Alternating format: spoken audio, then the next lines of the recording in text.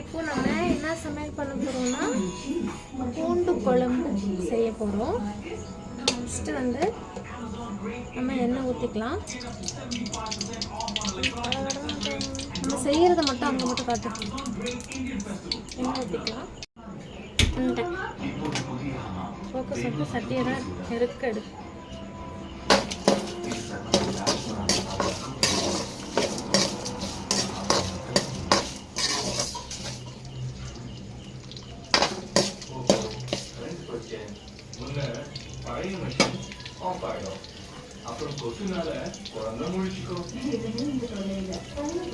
வெங்காயம், பூண்டு, வத்தல் எல்லாமே நல்லா வதங்கிட்டு இருக்கு.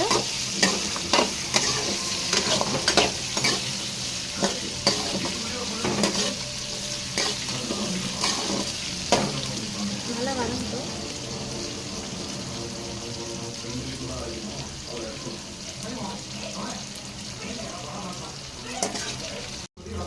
மண்டமா பூண்டு வெங்காயம் நல்லா வதங்கிடுச்சு. தக்காளி போட்டுக்கணும்.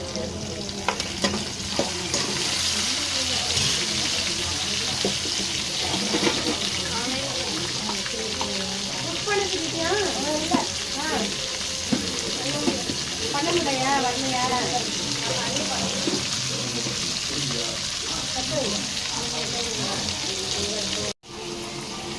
இது நல்லா வதங்கிடுச்சு. நம்ம என்ன பண்ண போறோம்னா மிளகு சீரகம் வறுத்து வச்சுக்கிறத போட போகிறோம். அப்புறம் வந்து மஞ்சள்தூள், மிளகாத்தூள், மல்லித்தூள் மூணுமே போட போகிறோம். போட்டு இதையுமே நல்லா கிண்டி விட்டுலாம்.